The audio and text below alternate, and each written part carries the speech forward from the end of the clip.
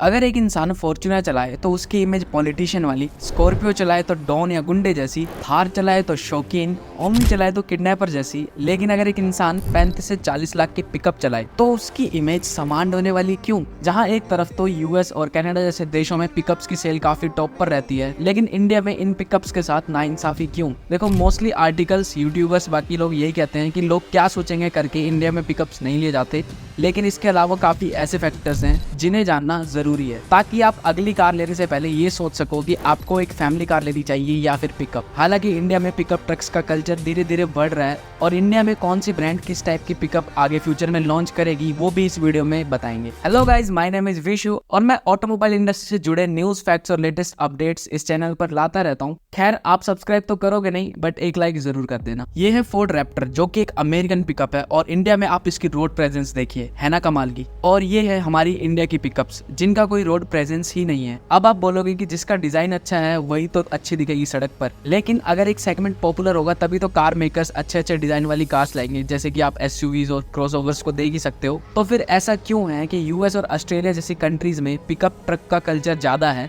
लेकिन इंडिया में बिल्कुल नहीं? वेल, इसे जानने से पहले पिकअप ट्रक्स की एक छोटी सी हिस्ट्री जानते हैं। सबसे पहली पिकअप थी फोर्ड मॉडल टी। जी हाँ, 2 बार T basically Ford model T का एक एक्सटेंडेड वेरिएंट था जिसमें पीछे की तरफ बेड मिलता था जिसमें आप सामान ढो सकते थे। हाँ, ये आज के पिकअप से काफी भद्दा दिखता है, लेकिन उस टाइम ये इन्वेंशन काफी इसेंशियल और इम्पोर्टेंट था, बिकॉज उस टाइम लगभग 33% अमेरिकन किसान थे और वहाँ की सड़कें भी इतनी खास नहीं थी। फिर लेट 1940s में फोर्ड ने एफ सीरीज ट्रक को रिलीज किया और उसी सीरीज की F-150 आज काफी पॉपुलर है। वर्ल्ड वॉर 2 के बाद इन पिकअप ट्रक्स को काफी ज्यादा रिकॉग्निशन मिली क्योंकि मोस्टली लोग किसान भी थे, तो ऐसे में वो इन पिकअप ट्रक्स का प्रैक्टिकली यूज कर सकते थे एज अ पर्सनल कार और कमर्शियल कार। फिर काफी कंपनीज आई जैसे कि शेवी, डोज एक्सेट्रा, जिन्होंने बहती गंगा में हाथ धो लिया और अभी आपको इनकी पॉपुलैरिटी का पता ही है। हालांकि पिकअप की हिस्ट्री काफी बड़ी है, लेकिन उसके बारे में कभी किसी दूसरी वीडियो में डिस्कस करेंगे। आखिर ऐसे कौन से रीजन है जिसकी वजह से यूएस के लोग इन पिकअप ट्रक्स को एज अ पर्सनल कार की तरह भी यूज करते हैं? वेल, इसके कुछ रीजंस हैं, जैसे कि हाई स्टांस होने की वजह से better visibility, better off road capabilities और power, better payload capacity, good fuel efficiency as compare to proper trucks, better ground clearance and list goes on, जिसके चलते पिकअप्स काफी पॉपुलर है यूएस और कनाडा जैसी कंट्रीज में। लेकिन पिकअप्स को लेकर इंडिया का नजरिया बिल्कुल अलग है। हालांकि इशूजू और हाइलक्स ने पिकअप कल्चर को थोड़ा सा पुश किया है इंडिया में,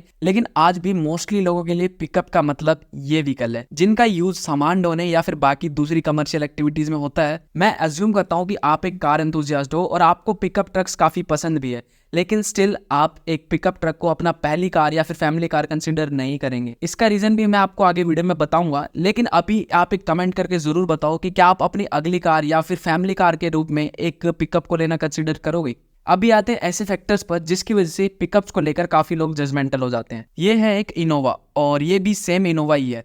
दोनों में से कौन सी बढ़िया लग रही है? ये चाहे आप मुंह से ना बोलो, लेकिन आपके माइंड ने एक जजमेंट बना ली होगी कि डेफिनेटली जिस इनोवा में व्हाइट नंबर प्लेट लगी हुई है वो इनोवा बेटर है। सेम यही होता है पिकअप्स के साथ भी, क्योंकि पिकअप को Indian government as a commercial vehicle ही देखती है और बाय डिफॉल्ट पीली नंबर प्लेट ही मिलती है पिकअप्स में। लेकिन अगर आप पिकअप में व्हाइट नंबर प्लेट लेना चाहते हो तो वो मिल जाएगा, बट उसके लिए जो आरटीओ के चक्कर या फिर जो पेपर वर्क है वो काफ़ी ज़्यादा हो जाते हैं, जिसकी वजह से पिकअप खरीदना थोड़ा सा हेक्टिक प्रोसेस हो जाता है। बहुत से आर्टिकल्स या फिर यूट्यूबर्स ये कहते हैं कि पिकअप्स इसलिए लोग नहीं लेते क्योंकि उन्हें लगता है कि लोग क्या कहेंगे या पड़ोसी क्या कहेंगे, इस जजमेंट से डर के वो पिकअप नहीं लेते। वेल, ये काफी हद तक तो सही है, लेकिन कंप्लीटली नहीं। मेरे नजरिए से आई फील कि पिकअप ट्रक्स इतने प्रैक्टिकल नहीं है इंडिया में, क्योंकि इंडिया में मिडिल क्लास 30-40 लाख की पिकअप या फिर एक नॉर्मल एसयूवी भी अफोर्ड नहीं कर सकती, और जो सस्ती पिकअप्स है वो फैमिली कार्स तो हो ही नहीं सकती, जिसके चलते एक middle class normal car select करता है जो माइलेज अच्छी दे और कम मेंटेनेंस मांगे। सेकंड पर आते हैं हाई क्लास या फिर प्रोफेशनल्स, जिनका काम ऑफिस में जाना है या फिर वर्क में जाना है, जो भारी सामान लेकर ऑफिस या काम पे नहीं जाते और उनके लिए कंफर्ट एक प्रायोरिटी होती है, तो आखिर वो क्यों एक पिकअप ट्रक लेंगे? पर आप ये सोच रहे होगे कि आखिर अमेरिकन क्यों ले रहे हैं? फिर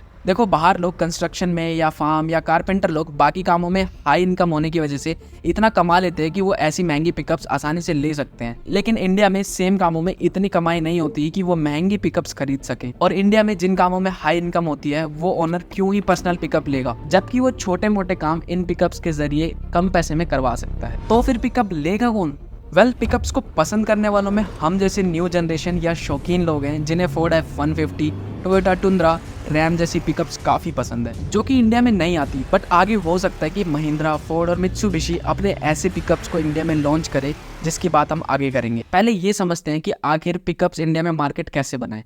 although pickups are very practical, लेकिन जब बात प्राइस की आती है तो ये एकदम से इनप्रैक्टिकल हो जाते हैं, क्योंकि एक 30-40 लाख वाली पिकअप जो काम कर सकती है वो बाकी सस्ती पिकअप भी तो कर सकती है। लेकिन ऐसी पिकअप्स मस्कुलर और डिजाइन वाइज इतने अपीलिंग नहीं होते, जिनकी वजह से शौकीन लोग इन्हें खरीदना पसंद ही नहीं करते। तभी इंडिया में सस्ती लेकिन मस्कुलर पिकअप्स की काफी जरूरत है। हालांकि महिंद्रा ने स्कॉर्पियो का पिकअप वेरिएंट पहले लॉन्च किया था, but it was a failure. और अभी स्कॉर्पियो एक्स भी न्यूज में काफी बना हुआ है, जो कि स्कॉर्पियो एन का एक ग्लोबल पिकअप वेरिएंट है, and it looks amazing. Ford के रैप्टर पिकअप से रिलेटेड न्यूज भी आजकल काफी देखने को मिलती है, लेकिन मुझे नहीं लगता कि अभी हमें ये देखने को मिलेगी इंडिया में। और फोर्ड खुद क्यों चाहेगी ऐसे मार्केट में घुसना जो अभी इतना पॉपुलर नहीं है। फोर्ड के अलावा मित्सुबिशी भी भारत में वापस आने की पूरी तैयारी में है। इनकी भी एक बेहतरीन पिकअप आती है, विच इज मित्सुबिशी ट्राइटोन या L200। ये एक परफेक्ट राइवल है फोर्ड रैप्टर, इसूजू D-Max या टोयोटा हाइलक्स का। लेकिन इंडिया में ऐसी पिकअप्स कब आएंगी ये तो कोई नहीं बता सकता। डेफिनेटली इस टाइप के पिकअप अगर इंडिया में आते भी हैं तो वो इतने सस्ते नहीं होंगे कि लोग इजीली इन्हें खरीद सके। हालांकि अभी इंडिया में बोलेरो पिकअप और टाटा योद्धा जैसे पिकअप्स हैं जो डिसेंट प्राइस में आ जाते हैं,